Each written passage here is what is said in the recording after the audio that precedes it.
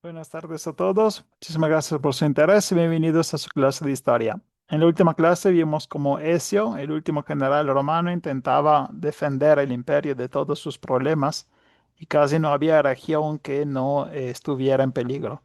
Ahora desde Oriente llega otro pueblo que es el peor de todos, los hunos de Atila, que realmente parecen poner el fin a este imperio.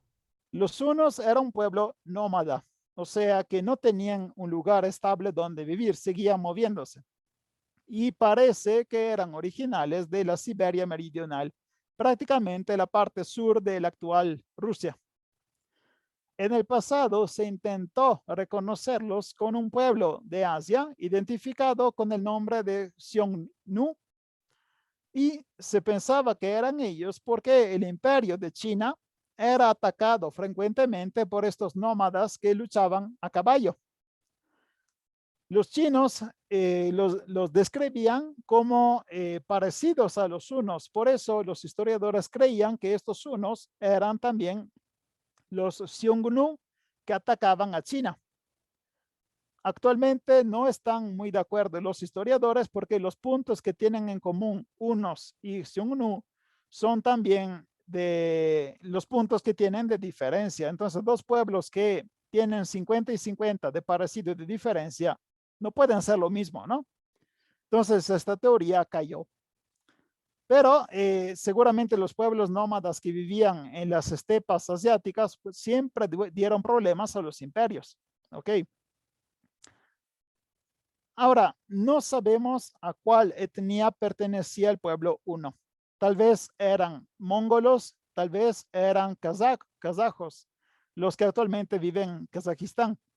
Pero a complicar todo esto está el hecho que muchos pueblos nómadas eran una simple coalición, una alianza de diferentes grupos. O sea que es posible que los unos no sean un grupo étnico, sea más bien una federación de pueblos que se movían juntos.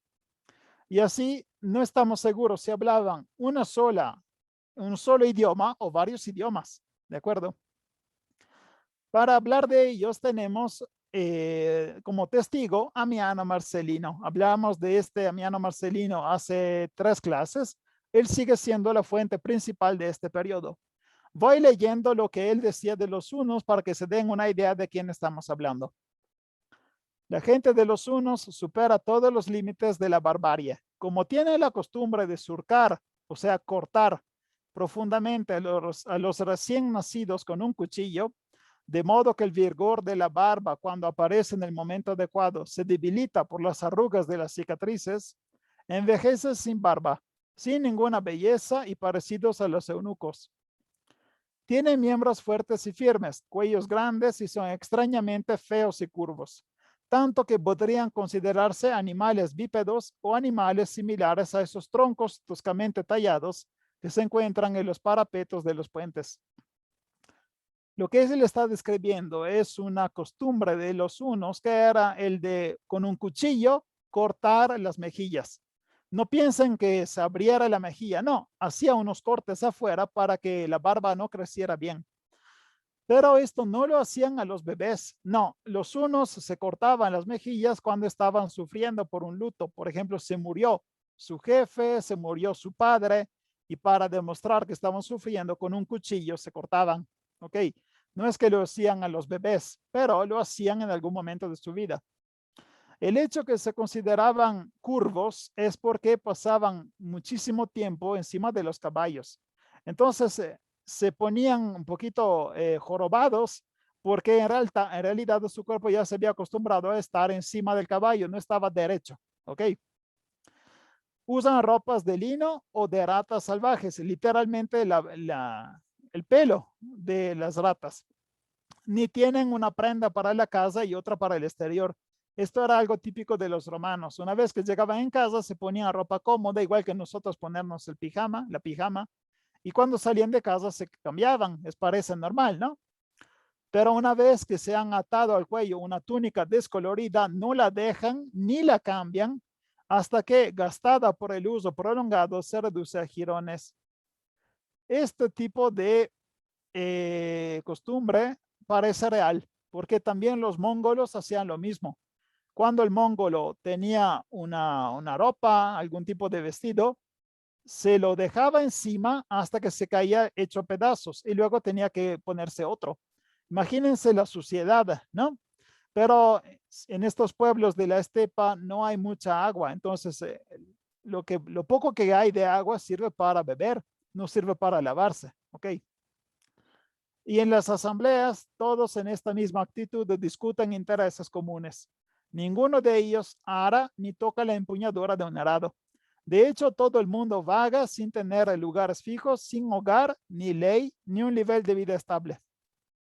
Se parecen a personas que huyen constantemente en los carros que les sirven de hogar. Lo que está describiendo es la vida de un nómada. Es normal que un nómada no conozca la agricultura, porque no vive de eso, ¿ok? Ignoran profundamente como animales irracionales el bien y el mal. Son ambiguos y oscuros cuando hablan, ni están atados por el respeto a una religión o a una superstición, pero arden con una inmensa codicia por el oro. Hasta tal punto son cambiantes de temperamento y fáciles de enojar, que muchas veces en un solo día, sin ninguna provocación, traicionan a sus enemigos varias veces y de la misma manera, sin necesidad de que nadie los apacigüe, hacen las paces. Lo que está describiendo en realidad son muchos estereotipos de los bárbaros. Todo lo que describió es ya de época griega. También los griegos describían los bárbaros a la misma manera. Entonces no estamos muy seguros de lo que es real y de lo que es simplemente un cliché. ¿Ok? Lo que sí sabemos y que es una razón, no se espanten, voy a mostrar un cráneo, no quiero que tengan infarto o algo durante la clase. Lo que sí sabemos es que hacían la deformación craneal, exactamente como algunos pueblos de América, también los hunos iban, fajaban la cabeza de los bebés para que la cabeza saliera así, de esta forma. Lo que están viendo es un cráneo de un alemán, pero también los hunos lo hacían. Por eso que Ameliano Marcelino decía que eran feos. ¿Ok? No se sabe casi nada de su idioma porque nos llegaron solo algunos nombres, o sea, no sabemos casi nada de ellos. ¿Está bien? Tal vez no podían expandirse hacia China porque China tenía una frontera fuerte y así entre el 374 y el 376 salieron de las estepas asiáticas y empezaron a invadir el territorio de la actual Ucrania y Bielorrusia. Y esto provocó un efecto dominó que golpeó a toda Europa. ¿Por qué? Porque los hunos, llegando de las estepas, movieron todos los pueblos que estaban entre China y Europa. Y esto se llama efecto dominó, porque si yo empujo a un pueblo, este pueblo se mueve, empuja a otro, empuja a otro, empuja a otro, empuja a otro. ¿Cuál fue el último pueblo que entró? Eran los godos. ¿Se acuerdan que los godos fueron los primeros a pedir entrar? Bueno, después de los godos llegaron todos los demás. Y son estos: sarmatios, alanos, ostrogodos, ciros, orugios, visigodos, érulos, gépidos, burgundios, francos, suevos, vándalos y alemanes. Todos estos pueblos no querían invadir a Europa, no querían invadir al Imperio Romano, fueron obligados. ¿Por qué? Porque atrás de ellos iban llegando los hunos. Se dan cuenta que la causa de toda la invasión fueron los hunos y no estos pobres desgraciados que solo eran obligados a moverse porque tenían que dejar sus casas. ¿Ok? Bueno, ellos constituyen un imperio que empezó a tratar el imperio oriental y el imperio occidental de manera diferente y de fase alternas, o sea, a veces buenos, a veces malos. La alianza con Ezio, por ejemplo, demuestra que por un lado estaba ayudando al imperio occidental. Y también, si se acuerdan, el rey Uldin de los hunos capturó a Gainas, esto lo vimos hace 2 semanas, por el imperio oriental, o sea, hubo una fase en que los hunos eran gentiles con los romanos. Pero entre 401 y 450 ellos conquistaron e englobaron, o sea, digirieron varios pueblos, entre ellos alanos, gépidos, shiros, rugios, sármatos, eslavos y godos, y así pusieron temporalmente una pausa a las migraciones de sus pueblos porque ya eran parte de algo más grande. En el 432 ya eran tan fuertes que recibían un tributo en oro de los romanos. O sea, los romanos estaban pagando a los hunos para evitar de ser invadidos. Es justo en ese punto cuando los vemos aliados de Ezio, luchando en contra de los burgundos, en contra de los godos o los bagaudos. Pero llegan críticas de esta alianza. Por ejemplo, el obispo Salviano de Marsella critica a esta alianza de romanos y hunos porque dice los hunos son paganos y además lo están usando para luchar en contra de los godos. Los godos eran arianos. Entienden que el obispo estaba diciendo, ustedes usan paganos para matar a cristianos, porque los godos, aunque sean arianos, eran siempre mejores que unos paganos, ¿no? En el 441-442, como jefe de los hunos, están dos hermanos, Bleda y Atila. No se sabe cómo, pero Bleda termina muerto. Bleda muere por un accidente, tal vez, matado por el hermano, más probable, y se queda como único rey de los hunos, Atila. Cuando Teodosio manda su flota a Sicilia para atacar a los vándalos, Atila aprovecha del hecho que el emperador está distraído para invadir el frente del Danubio y así obliga al emperador a regresarse rápidamente a Constantinopla y a pagar 1.400 libras de oro de tributo cada año a Atila. O sea, el Imperio Oriental, que era rico y fuerte, aún así tiene que pagar cada año 1.400 libras de oro al bárbaro uno Atila, porque si no, Atila los invade. Cuando las fronteras ya eran más fuertes, o sea que el emperador oriental se sentía más tranquilo, deja de pagarle a Atila. Y Atila se da cuenta, o sea, ya no llega dinero. Entonces, en el 447, el Imperio Oriental ya había acumulado una deuda de 6.000 libras de oro. Y Atila se comporta como Carlos Slim, dice, oye, tú me debes como si fuera un banco, ¿no? Me debes, entonces o me das o te lo cobro. Llego y te mando unos cobradores y a ver si me pagas o no. Atila amenazó, justamente, el emperador no hizo nada, entonces decidió invadir. Atila con su ejército invade, ataca el Imperio Oriental, vence en varias ocasiones los ejércitos, pero no tiene los medios para conquistar Constantinopla. Pero es el dueño completo de todo lo que está afuera.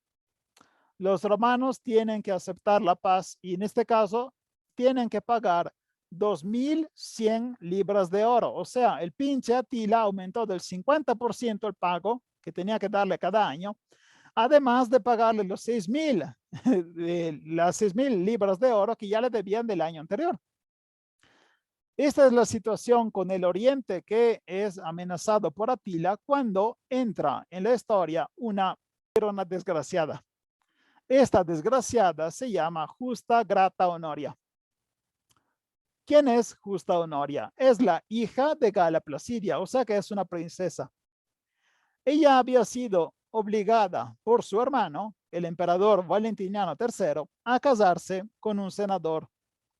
Esta Justa Grata no quiere casarse con el senador. ¿Por qué? Porque es feo, porque es viejo, no sabemos, pero ella no estaba contenta. ¿Y cómo piensa resolver el problema? Decide mandarle una carta de amor a Atila. A este nivel de pendeja es esta chica. O sea, ella no quiere casarse con un senador, entonces pide ayuda al bárbaro que es Atila. Y en esta carta no solo pide ayuda, sino que incluye un anillo. Ahora imagínense, Atila recibe una carta, incluye el anillo, ¿y qué piensa? Esta es una oferta de matrimonio, o sea, esta chica quiere casarse conmigo.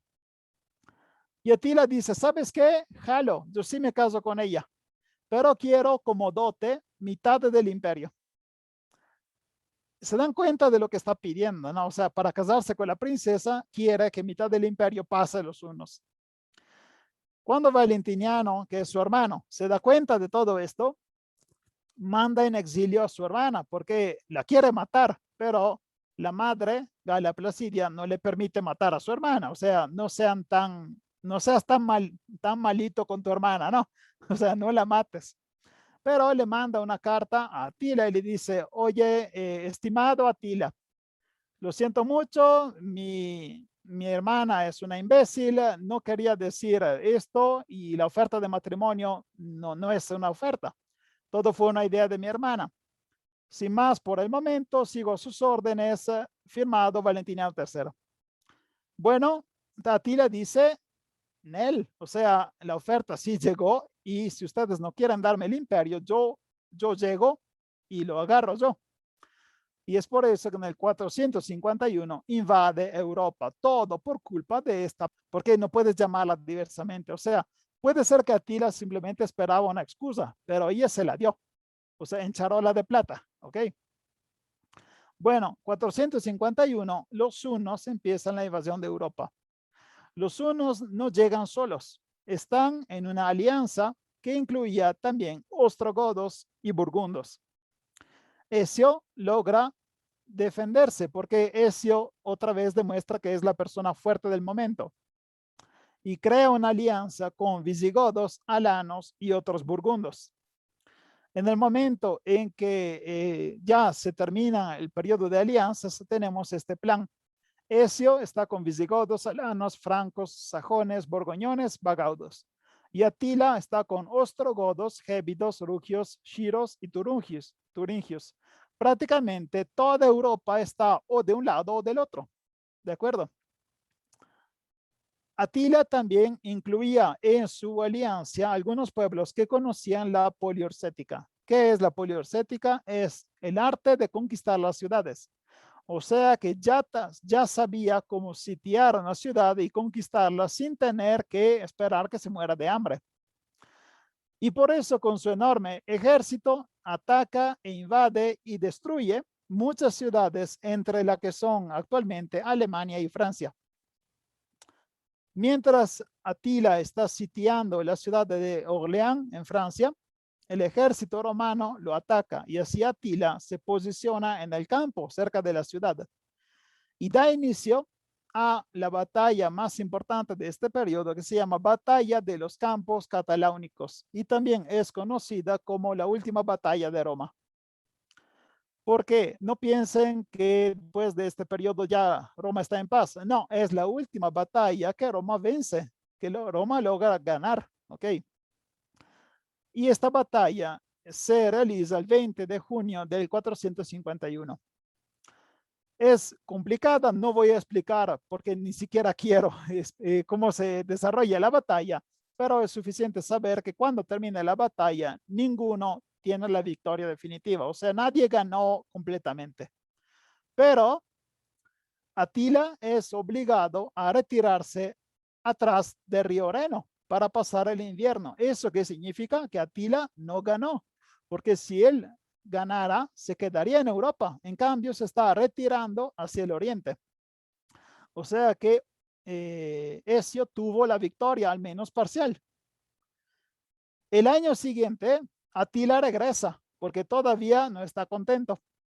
Y tristemente, la alianza que Ezio había formado ya no se presenta. O sea, la gente ya no se presentó, no quiere luchar otra vez contra Atila y así Ezio se encuentra solo.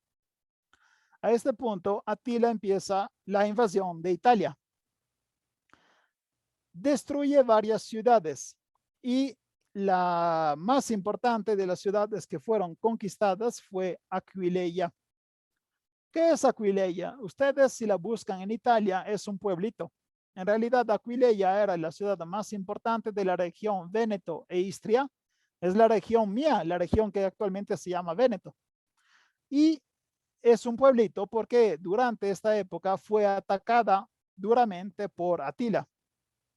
Según la tradición, Aquileia fue destruida por Atila, pero un descubrimiento fresco, porque fue el año pasado, de hecho, fue el año pasado descubrieron que Aquileia seguía viva porque encontraron que la ciudad no demostraba su fin después de la conquista. Entonces, la tradición está equivocada. Aquileia no fue destruida por Atila, pero seguramente fue atacada. De todas formas, este paso de Atila por el Véneto tuvo también una segunda consecuencia, esta vez muy bonita. ¿Por qué? Porque varias ciudades del Véneto, para intentar evitar de terminar destruidas por Atila, decidieron evacuar. O sea, varios habitantes de las ciudades se fueron a defender en el mar. ¿Por qué? Porque sabían que los bárbaros no saben usar barcos, no saben navegar. Bueno, varias ciudades del Véneto que actualmente se llamarían Padua, Verona, Vicenza, Oderzo, Treviso, son ciudades actuales que siguen ahí. Una parte de sus habitantes se fueron hacia la laguna y empezaron a vivir en las pequeñas islas que estaban ahí, seguros que los hunos no iban a atacarlos. Viviendo ahí, crearon el primer núcleo de la que hoy se llama Venecia. Entonces, Venecia fue creada por personas que se escapaban de la guerra con Atila y tuvo una historia larguísima, pero Venecia nace durante la parte final del Imperio Romano. Cuidado, no es que las islas de Venecia antes era un desierto, no, absolutamente. Sí había personas que sí vivían ahí, eran pescadores y gente que producía sal, pero no eran tantos. Y cuando llegaron estos, ¿cómo le llaman ustedes? Los que se escapan de la guerra, crearon una ciudad más grande y esto empezó a crecer hasta llegar a ser la Venecia de época medieval. ¿De acuerdo? Bueno, después que Atila destruye y rompe todo lo que puede en Véneto, Ezio decide una técnica diferente de guerra que es la guerrilla. Como saben bien, la guerrilla es la única manera que tiene un ejército pequeño de sobrevivir y incluso vencer un ejército grande. Si tú conoces tu territorio, puedes ocultarte, esconderte y atacar cuando es el momento correcto, luego escapar antes de que el enemigo pueda reaccionar. Y funciona. Eso empieza a utilizar la guerrilla y empieza a hacer como un mosquito y sigue chingando al ejército grande de Atila porque no puede vencerlo en una batalla campal, ¿de acuerdo? Aún así, Atila sigue avanzando, pasa el río Po, que es el río más grande de Italia, y una vez en el lado sur del río Po, es alcanzado por una delegación de Roma. Esta delegación de Roma, que es prácticamente un grupo de representantes de Roma, es guiado por el Papa. Bueno, en esa época todavía no se llamaba Papa, se llamaba simplemente Obispo de Roma, pero actualmente lo conocemos como Papa, y se llamaba León Magno o León I. Este León Magno se encuentra con Atila, hablan, y Atila se convence que es mejor regresarse. O sea, dejar de atacar a Italia y regresarse hacia Europa Oriental. Lo que están viendo en este momento es un fresco de Rafaelo que se encuentra adentro del Vaticano y que representa este encuentro. ¿Cómo es posible que el Papa convenció a Atila a retirarse? O sea, ¿qué discurso utilizó para convencerlo, no? Esto se juzga como un milagro, como que el Papa salvó a Italia y Europa de Atila usando las palabras de Dios. Si ustedes son católicos, pueden creer eso. Si ustedes quieren saber un poquito más de historia, no lo crean. O sea, tiene que haber una razón. El hecho es que Atila se retira porque tenía varios problemas. El ejército estaba sufriendo de una epidemia, o sea, la gente se estaba muriendo de enfermedad y tenía graves problemas por encontrar comida, porque todas las líneas de carruajes que tenían que alimentarlos habían sido cortadas por Ezio, porque Ezio estaba haciendo la guerrilla, ¿se acuerdan? No. O sea que Atila con su ejército se encontraba en territorio enemigo sin alimentos y además con una enfermedad. No era exactamente la situación mejor para seguir una guerra. En los primeros meses del 453, Atila muere de repente y eso es una sorpresa. Muere durante un banquete que está haciendo por su boda, porque él se está casando otra vez y de repente, o porque tragó mucho o que se le cayó mal lo que comió, pero termina muerto. Ahora, ¿cómo murió Atila? No lo sabemos. La tradición dice que murió después de la cena, pero, o sea, ¿cuánto tienes que comer para terminar muerto, no? Algunos dicen que fue una hemorragia interna, como que pasó, fue un accidente durante la comida, pero si ustedes conocen bien a los romanos, ninguna muerte es casual, o sea, alguien tiene que haberlo matado. Es posible que los romanos eliminaron a Atila usando el veneno porque no querían que se volviera otro peligro y que regresara más adelante, ¿no? O sea, los romanos saben cómo matar. Si no pueden matar con la espada, matan con cualquier cosa.